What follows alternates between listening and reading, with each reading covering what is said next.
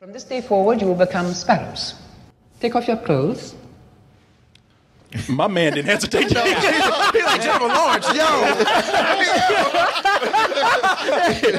I thought you never asked. Yeah, before she finished the question, his dick was already hanging out. I take off your...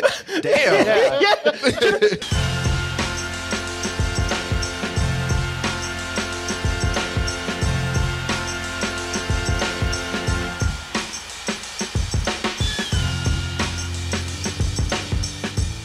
DTmerch.com has our mainstay items. It has the limited edition shirts in there, but we also have some favorites. Go over there to DT Merch and support by representing Double Toasted on your sexy body today. Oh, speaking of something sexy, what else you like on your body is a Double Toasted subscription. So, shit. Well, first of all, I was about to get back on track, but the way you gave me that look, you look like you were about to whoop me. Like, did you see it? I was about to, like, I meant really. It was coming. Don't make me come over there. What the hell? You looked at me. Boy, you better get that word straight. You scared me. I was just looking. I thought she was having a stroke. I didn't want to be. I was concerned. I was about to. I thought you better pull off your belt and whoop me. But boy, you better get that word out. I hate it when people have strokes. The main thing that I want you to recognize here is that you have an Amazon account. I start to say Prime. No, you just have an Amazon plain old account. But we have something special for you. We have an Amazon Pay button. Combine those things. Enter your username, your password in there, press in, and that's where our sexiness in your body comes in, because we just pour all that toasted goodness all over you. Let's get into some reviews. Before we do that, want to remind people of our new app, and we do have people actually signing on in some good numbers. I'm talking about Amino, our Amino app right there. The whole thing with that is that it allows people to be interactive with us on a whole other level. One of the things that we're starting to set up tonight, people are going to see what we think about the movie here tonight, Red Sparrow, and how it's going to average out with us. Nobody thinks we're going to get this better than sex. People are thinking it might be a full-price movie. We're going to go and check this at the end of our review, see if it's grown any more. Let's go ahead and get into the review. So in this review, we got ourselves a spy thriller here. But it ain't your average spy thriller. For one, we got a female lead. Got Jennifer Lawrence, strong woman out there. She was out there shooting people in the ass with arrows, leading revolts, rebellions. I'm hungry. Is this Winter's Bone or Hunger Games? Oh, no. We leaving that fantasy world, that dystopian future, bringing it back a little more in the real world. Okay. To dystopian Russia. Dystopian, pretty much. So just Russia. Just plain old Russia right there. And Russia, look, we've been trying to be friends with Russia. Like, we've been saying, work together, we're good. Let's bring just a little bit of democracy to the people. And Russia, they said, bitch, I'm gonna remember this. Cold War ain't done until we say it's done. And the reason why they say it ain't done is because, if you want to know why Russia loves the Cold War and loves just keeping these tensions going, it's because being a spy is good, because you get to just have a lot of sex. Yeah? You get to go out there and just fuck everything. Whether you want to or not. Whether you want to or not. But if you get into the right mindset, if you're horny, you somehow are able to be a good influence with people, and you're probably a sex addict, put those two things together, you too can be a great spy for Mother Russia. Now, not everybody wants it, because everybody got something different that they like to do. Such as Dominica, played by Jennifer Lawrence. She's a ballet dancer, man. She's a professional ballet dancer. She's taking care of her mom, who's half paralyzed. They gave her a nice place to stay, courtesy of the dance company. All she wants to do is dance. But life pulls a Tanya Harding on her ass, and then they take out one of them legs. Mm-hmm. Oh, yeah. Leg all in the back of her head. She about to lose that apartment, about to lose the care for her mother. But at that moment, when she thinks that she has nowhere else to turn, here come Uncle Creepy. Uncle Creepy, he's like, hey. He's like, I work for the government, and I've been looking at your fine ass ever since you were a little girl. Put them Grinch fingers over her shoulders. Yeah. Girl, you got potential. You can come and work for us up in the government, doing what girls like you do best, being a hoe. Right. Yeah, we gotta send you to whore school. Yeah. Yay! I've made it. Always wanted to go to school.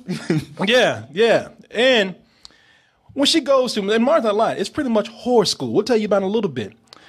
But it turns out that the spy methods that the Russians have, they lean more on sexual manipulation with the dash of death and torture thrown in.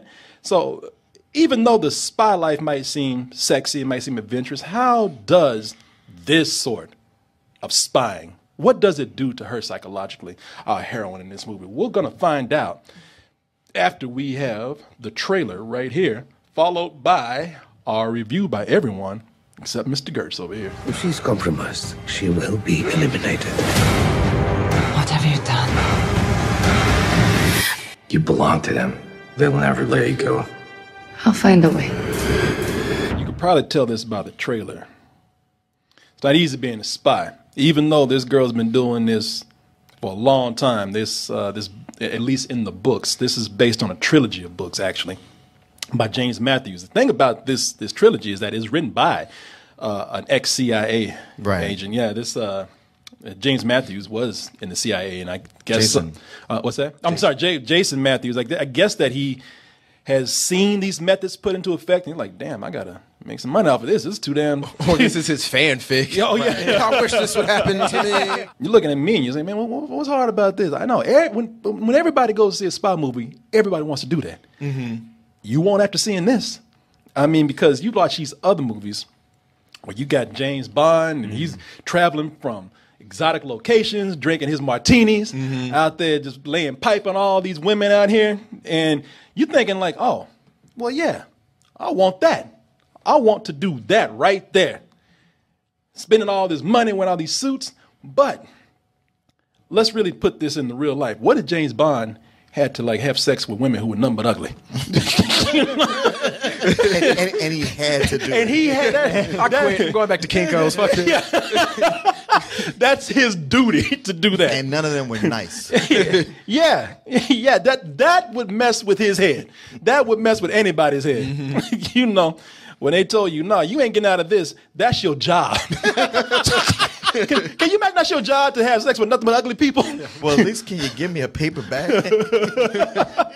No. No, it would ruin the mission. Yeah. The tax dollars won't cover that. This is a covert operation. That's why you see him back behind the bar just downing the martinis. Right. Yeah. Doing this again. Fuck these martinis. Give me a whiskey, man. The bottle. Yeah. Because in those movies, they even make torture look sexy. Not this right here. Everything with this is ugly.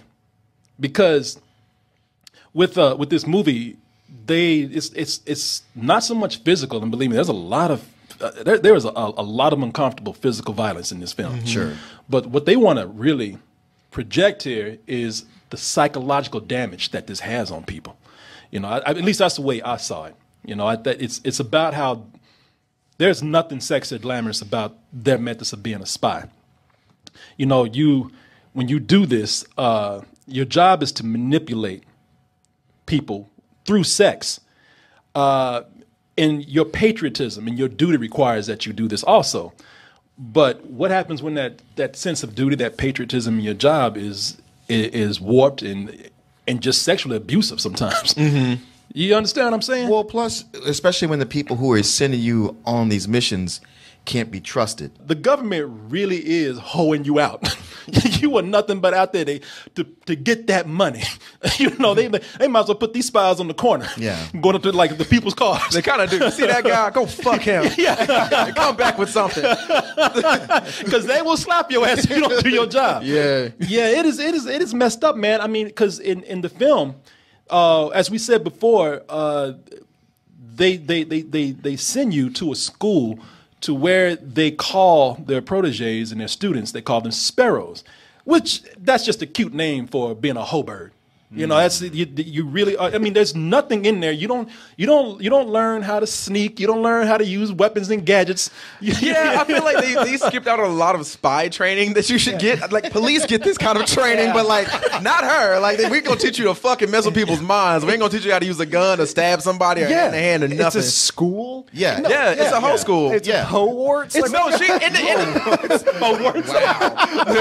But honestly, in the Black Widow, they had pretty much the same thing. Oh, They really? just taught them. Yeah. I mean, they taught them how to shoot Yeah. and do a lot of covert stuff and Yeah. be actual spies. Yeah. But seduction was part of it. Yeah, you Okay. saw glimpses of it in Age of Ultron. Okay. Where she's like, oh, they cut out this and that. But in this, yeah, she the whole time, like, you're going to this school and you see people out there shooting at targets and you see love that. other people training for combat, but they're like, nah, you ain't getting none of That's that. like when you go to a college visit when you're in high school and they go like, oh yeah, we got the rock wall and we got this over here in a swimming pool. That's all in the orientation. But when you Yeah. get there, no, you staying right here in this building here. No, they spend about 30 minutes in wood shop. Everybody fuck.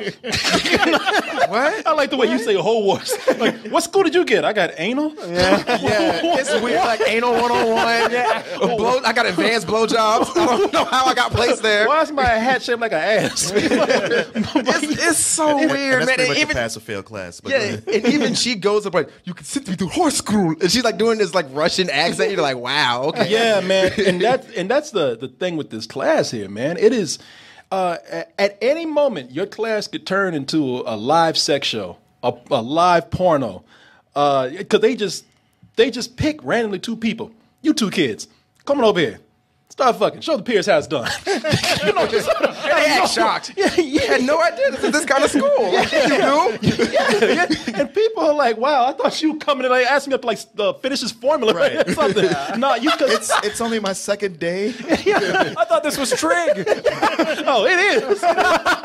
Yeah, you about to form a 90-degree angle with your legs right now. You know, and it sounds like this is enticing. It sounds like it's hot. No, it is not. From this day forward, you will become sparrows. You must learn to intuit what is missing, become the missing piece, and they will give you anything. Take off your clothes. My man didn't hesitate. He's like Jennifer Lawrence, yo. I thought you never asked. Before she finished the question, his dick was already hanging out. Now take off your damn. Jennifer Lawrence is like, really? You're not gonna wait? He's like, no, I've been studying for this test. I'm gonna ace this. You must learn to sacrifice for a higher purpose, to push yourself beyond all limitation, and forget the sentimental morality with which you were raised. She's like, that's easy for you to say. Nobody asked you to take your clothes off. It's interesting because I'm sure she was told the same thing when she was in the ballet. Oh yeah.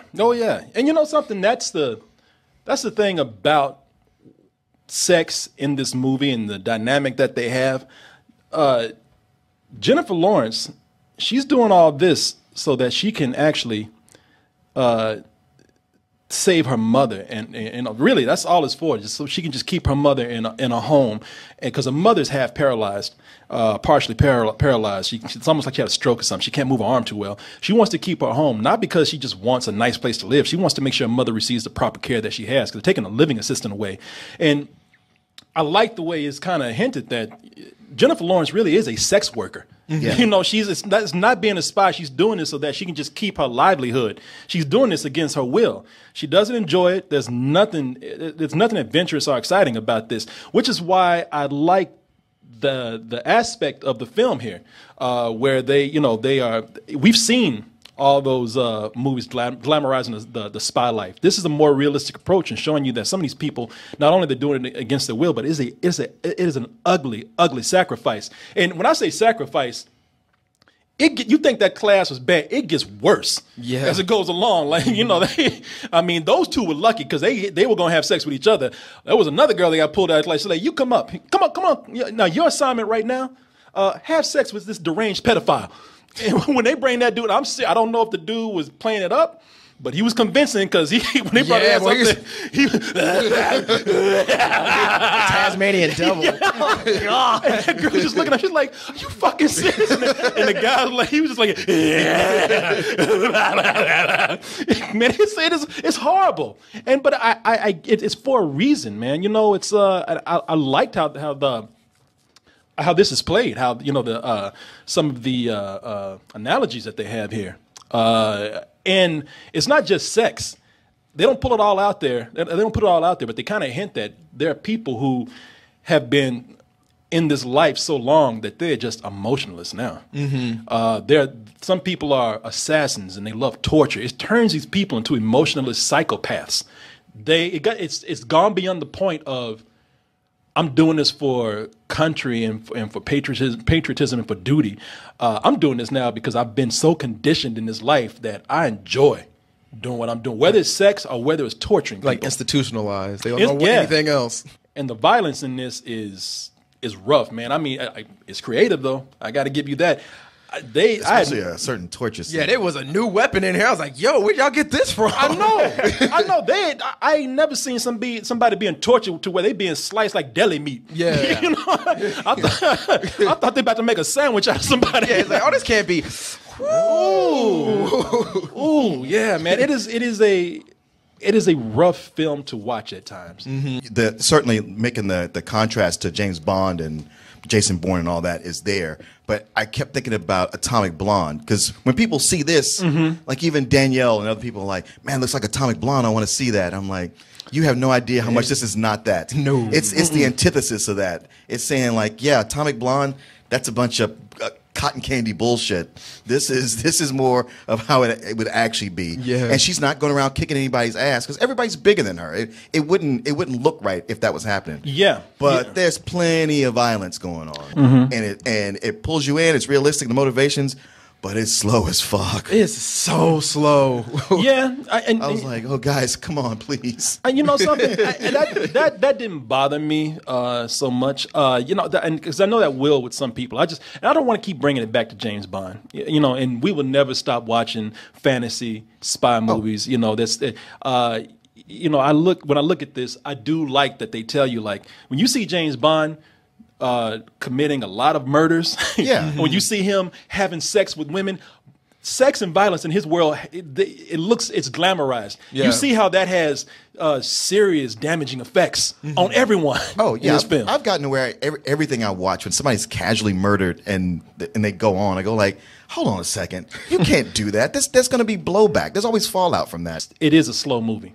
And I'll tell you one of the things that kept me going. I don't mind it being slow because I felt like, and it's over 2 hours. So, you know, the whole time I was watching it, it's not a flawless movie. Now, I do notice some things in there that I did not like, but the length was not one of them. I've never felt it slow down for me. I never felt bored. It might be because I was just looking at the artistry in the film. You know, this is a classic Cold War setting. And that's kind of cool, you know, the whole gray, snowy landscape that you see, that you used to see. It's almost cliche now with Moscow and Russia and all these places. But, you know, there's other parts, though, where they show the brighter side of Russian architecture. They showed the artistry of the interiors when people are going to these glamorous hotels or these artistic venues. Ballet shows, you know, these cultural venues, you know, these art centers. Costume design is really amazing in this. It was almost like Jennifer Lawrence was in concert because she kept changing her hair and her clothes like every 5 minutes in the movie. You know, it's and the score in this, the score actually goes back to something of a feeling like a Cold War film from the 60s in a way. Sure. It's very orchestral from a 60s period. It's not that surfer spy music. Bang, bang, bang, bang, you know, it's nothing like that. You know, in the pacing, I didn't mind because I respect this for trying to be a mature film.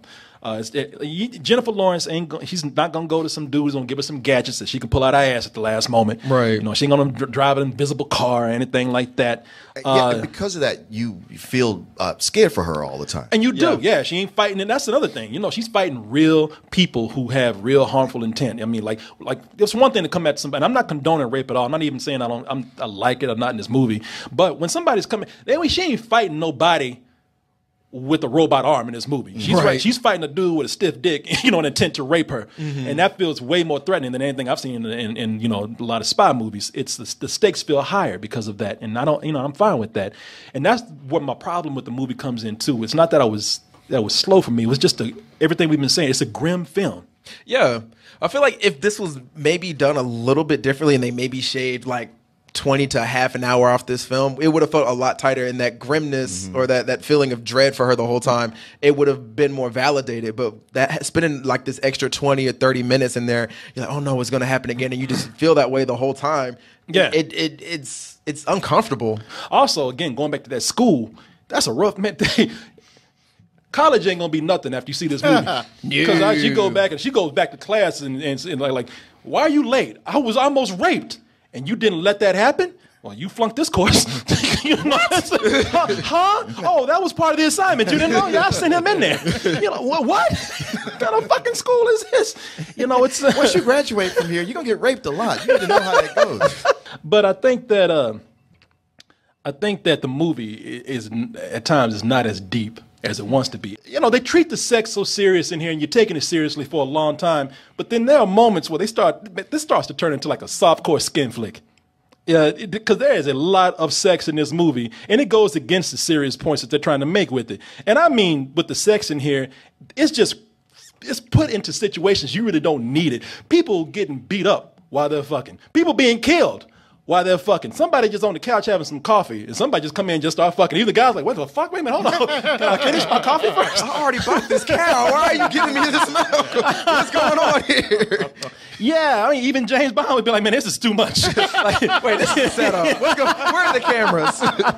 It's, you know, it feels like it's not a reflection of this world. It's there to arouse the audience. But, you know, I think that it does come to a logical conclusion. I even respect how they handled the story. For me, it's just that the characters didn't have so much emotion. Right. I mean, and with her, it's kind of it's hard to know because I feel like she's not given that kind of emotion that makes you really attach yourself to her, but it serves a purpose by the end to throw you off the scent of something. So yeah, I get it. It's not so much her that I have a problem with. I don't. First of all, I'm gonna tell you that accent at first. If you really, really, really listen hard, it's not always working. Jennifer Lawrence does come out, but I think that she does a good enough job to where at some point, it doesn't bother me. She sounded like Natasha at one point. Yeah, she did. And only people worse than her were Kieran Hans and Jeremy Irons. Just said, They said, "Listen, I'm gonna be Scar." Okay, what y'all say? Yeah, man. They might as well have him wearing a lion suit. Well, no, that was the bad part. Of, like seeing him in that bad accent, and then seeing the head mistress of the school. I was like, wait, I feel like I've seen these. Wait, they were together in Assassin's Creed. Now I'm getting flashbacks. I'm like, oh no, not again. There's a moment in here where Jeremy Irons, he's trying to hide his accent with his shades. You know, it's like that accent was so bad. Yeah, Jennifer Lawrence did not bother me. I know a lot of people who listen for accents and it bothers them. She didn't bother me. There are other accents in here where people ain't even trying that hard. Her, she was cold, she was calculating, and that fit her character. There's enough. There are other people in here who I just felt like they weren't given any real character to. Joel Edgerton, he's a CIA agent. Nate Nash, get that superhero name. Nate Nash at your service, man. Didn't he always seem like a little bit of a dumbass throughout this?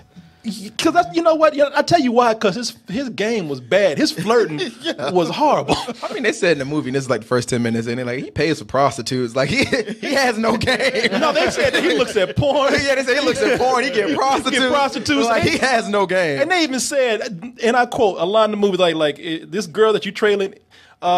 If she fucks you, you better watch your back. It's part of her mission to kill you because she is out of your league, man. Yeah.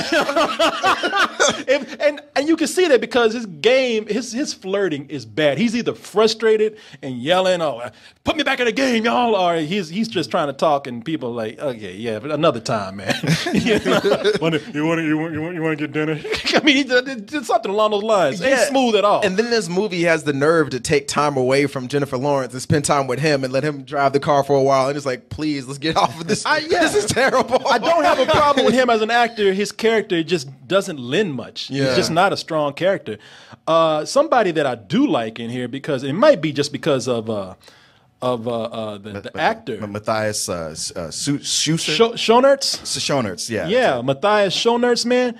Uncle Creepy? Yeah, Uncle Creepy. I was like, well, I thought he was one of the best people in here, but I was like, I'm pretty sure they hired him because he looks so much like Vladimir Putin. Yeah, man. Oh, he does, man. Uncle Vanya. Yeah. Uncle Vanya is his name. I like him because that guy, he really does have a lot of range. I've seen the movies that I've seen him in before, and I don't even know the stills. I forgot the name of the movie that he was in with Bullhead. Bullhead, Rust and Bone. Yeah, I always forget that one. Okay, so what was the movie? The Danish Girl. He was cool in that, but what was the movie that he was in with Tom Hardy? With Tom Hardy? in the pocket or something like that. Yeah, I always thought he was a thug. Me too. That just got lucky, right? Because every time seen him in that movie with Tom Hardy and in Bullhead, yeah, he did seem like just some big brute doofus. He's always wearing tank tops, or in his case, wife beaters. I've even seen him in movies where he's wearing do-rags. You know? and he always has this look like his eyes are crossed, or they're just too close together. Yeah, like he's inbred or something. But then lately, starting with the Danish Girl, I saw him being like a really charismatic, regal guy, and he's the same way here. You know, he's a government worker, and he's a really handsome guy, man. And in this movie, he's probably the best character in here because he has a sense of sleaziness and charisma at the same time. I mean, you just know that he ain't up to no good. Yeah, it's like he walks in the room, you just say dun dun dun. God damn it! He's always explaining to you how he's trying to help you. Yeah, it's just a little too easy. Like just suck this dick. I don't understand. Like your mom would be in the hospital if you just go down on this guy. Like, yeah, wait a minute, huh? That slime trail you left in here begs to differ, man. Like, man, you ain't ever tried to help me until it helped you. You ain't never been around until you needed something, but you helping me. Okay, all right, sure. Another person that I liked in here, and it was brief. Mary Louise Parker comes in as a government worker who's she's kind of dirty, and she comes in and she's fun because she's drunk. She looked like she's drunk right there. She always looks like that. She was fun, but I don't know. It was a bit of comedy relief in a movie that really didn't have any room. Man, for that. I needed that to take me away out of this shit because it was like, God damn, this shit is getting. It's going on too long, and two, like this just feels so dirty and grimy this whole time. Yeah. It's like I need something to be like, all right, this is still on Earth. This movie has some flaws. And we all see flaws in it, even though they're different for us. So I don't know how these guys are going to rate this. But for myself, I tell you, man, watching this, I like how it's a brutal, hard look at the spy genre with beautiful artistry to it. Now, it strays from its own goals into sleaziness. You know, it's like if porn turned into a drama all of a sudden. You know, that's not while I'm here. You know, it's not. It's like a Pokemon. I'm not. You know, I'm not. You know, I don't want people to get serious in the middle of my porn. All of a sudden, you know, you ready for this? Now let's talk about the Darfur crisis. You know, it's like looking at your English instructor, like start taking off his clothes while he's still doing, you know, a speech or something, a lecture.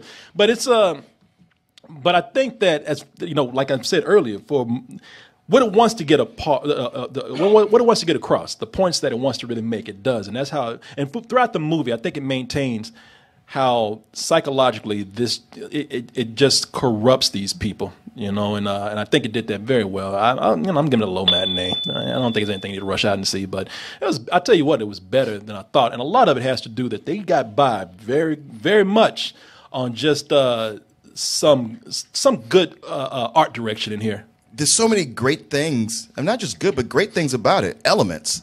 It's just they aren't all at the same time. In the beginning, there's so much of that good stuff, but it just moves just way slower than it should. To me, the biggest sin is that it's 140 minutes.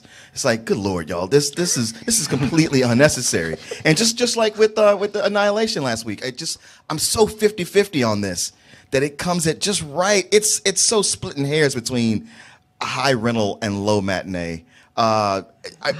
Just give it on art direction alone, I guess. Maybe I'd give it the low matinee. But I would caution people that it's not the movie that you think it is. Damn, this tore you apart. I was just like, I'm in tears right now.